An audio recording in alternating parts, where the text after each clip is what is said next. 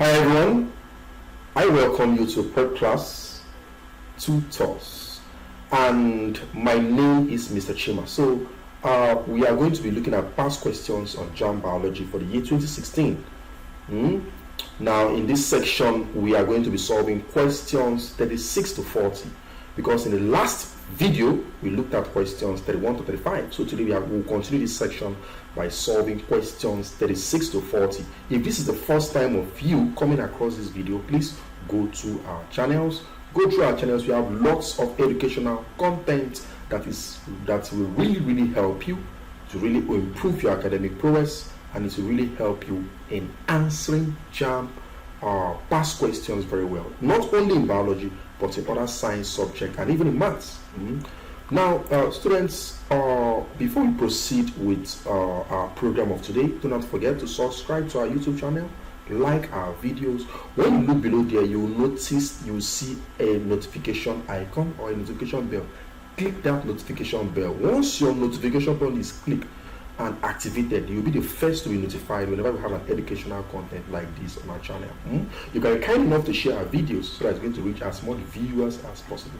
Now, without wasting your time, let me take you through Jamb past questions 2016 biology, and like I said, we'll look at questions 36 to 40.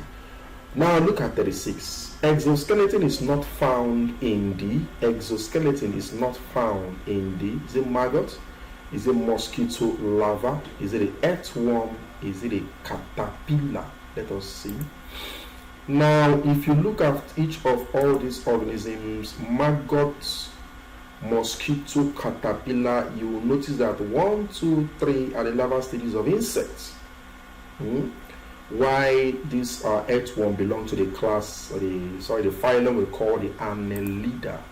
That's the true worms. Now, I said that all the following organisms listed are larval stages of insects except the earthworm.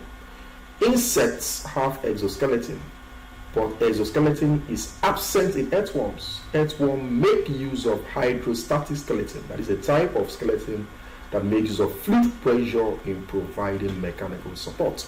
So you see that each of these are the orders I gave you: the maggots, the mosquito larva, and the caterpillar are all larval stages of insects. Maggots, larval stage of housefly; mosquito larva, larval stage of mosquito; caterpillar, larval stage of what? Butterfly.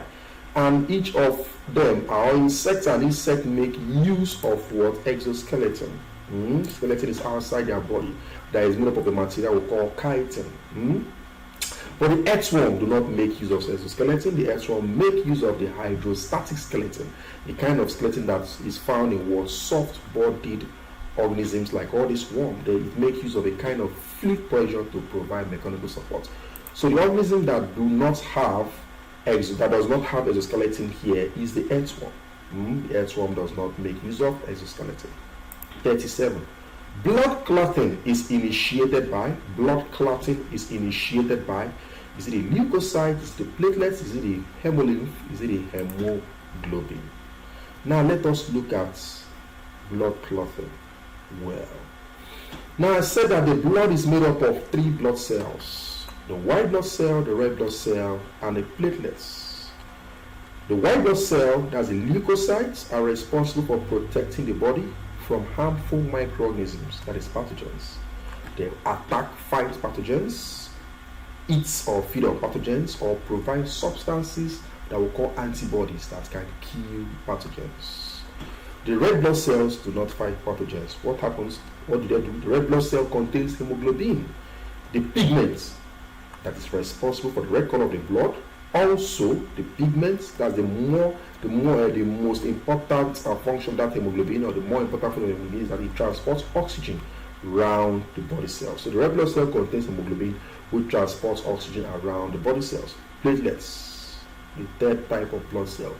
The platelets are the ones responsible for blood clotting in order to prevent overbleeding. So out of the blood cells, the ones that are responsible for blood clotting are the platelets. So the correct answer there is platelets. Platelets are responsible for blood clotting. 38. Pepsin is a digestive enzyme which breaks Is it cellulose into glucose molecules? Is it carbohydrate into simple sugars? Is it protein into peptones? Is it fats into glycerol and fatty acids? Pepsin. Where is pepsin found? I said here that two enzymes are found in the stomach. These are renin and pepsin. They both act only on proteins. Renin acts on milk alone, where it converts casein, a protein in milk which is soluble, into carcinogen, which is insoluble. Pepsin acts on other proteins and converts them to peptones or polypeptides. Have you seen? Note also that pepsin will act on the carcinogen that was produced from the conversion of casein by renin. So pepsin also convert it into peptones or polypeptides. So if you take a milk product, two enzymes in the stomach will act on it.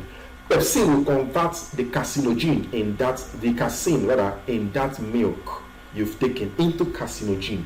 After it has been converted to carcinogen, then pepsin will now act.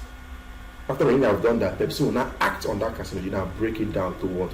Peptones or polypeptides. So what was the question? It's like I've deviated. Pepsin is a digestive enzyme which breaks, so the correct answer should be proteins into peptones.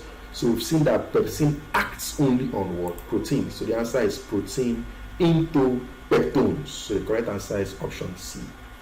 Let us look at question 39. Anaerobic respiration in yeast produces,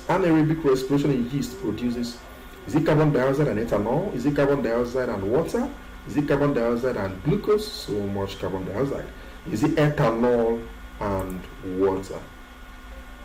So I said that in some organisms, the cells get energy by breaking down glucose in the complete absence of oxygen. And this is known as anaerobic respiration. Take note that respiration does not mean breathing in of oxygen and breathing out of carbon dioxide. That is 0/100 if you define respiration like that. Respiration is actually the process by which glucose is broken down. By which glucose is what? Broken down to release what? Energy. That's respiration. The process in which glucose is what? Broken down to ATP to release energy. That ATP is the energy that we use. And this breaking down of glucose, it can be that either glucose can be broken down into ethanol, carbon dioxide and water, then plus energy, or glucose can be broken down into lactic acid plus water plus carbon dioxide plus energy, or glucose can be broken down into carbon dioxide, water and energy. So the complete breakdown of glucose into maybe carbon dioxide and water to release energy is known as respiration. It can take place in the presence of oxygen. We call that aerobic respiration. It can also take place in the absence of oxygen. That's anaerobic respiration. Now, in cells of certain bacteria and fungi, like yeast, glucose is first broken down into pyruvic acid, also known as pyruvate. The pyruvic acid is then converted into ethanol, carbon dioxide, and water. This process is known as alcoholic fermentation, and it is very important in beer and wine making industries. So, most organisms that carry out anaerobic respiration usually break down glucose into ethanol. That's after they're broken into pyruvate. It's now broken down into ethanol, carbon dioxide, and water plus energy. And that process is known as what? Alcoholic fermentation, because ethanol is also known as alcohol. So what's our correct answer? Our correct answer should be ethanol, carbon dioxide, and water. So aerobic respiration in yeast produces, here they say carbon dioxide and water. Here they say carbon dioxide and ethanol. And here they say carbon dioxide and water. It can be very confusing. But since it is yeast, you must mention ethanol and you must mention carbon dioxide. So these two, but they're supposed to put carbon dioxide, water, and ethanol. But the best choice is still A, carbon dioxide and ethanol. 40. Underground stems which grow horizontally through the soil are. Underground stems which grow horizontally through the soil are. Is it bulbs? Is it rhizomes? Is it runners? Is it cones? Now, these are bulbs. You can see that they do not grow horizontally, but the stem grows vertically. Rhizomes. You can see rhizomes, the stem grows horizontally. You can even see here, this is the horizontal stem. And this person is trying to cut this stem, maybe to plant it. And apart from that, the stem grows horizontally. It is underground, because the question says underground stem which grows horizontally through the soil is known as. Our correct answer is rhizome. You can see that it grows horizontally and it grows underground. You can see that this is the stem and it's below the soil, the top soil. So we can see that rhizome have stems that grow horizontally. So the correct answer is rhizome. But let us continue and see others. Runners. Runners have stems that grow horizontally, but they are not underground. They grow on the surface of the soil. Corms, you can see its stem grows vertically. So our correct answer is rhizome. Rhizomes are underground stems that grow horizontally. Alright guys, we've come to the end of today's section of Learning with Prep Class. We'll look at past questions on Jamb Biology 2016. We'll solve question 36 to 40. We have dropped a link for you here. We want you to type this link on your browser. When you do so, you type this link and load it. It's going to take you to our WhatsApp group. Once you join us on our WhatsApp group, you're getting updates, you're getting infos on the latest content on our channel. I hope you see the next video. I still remain Stochima. Bye.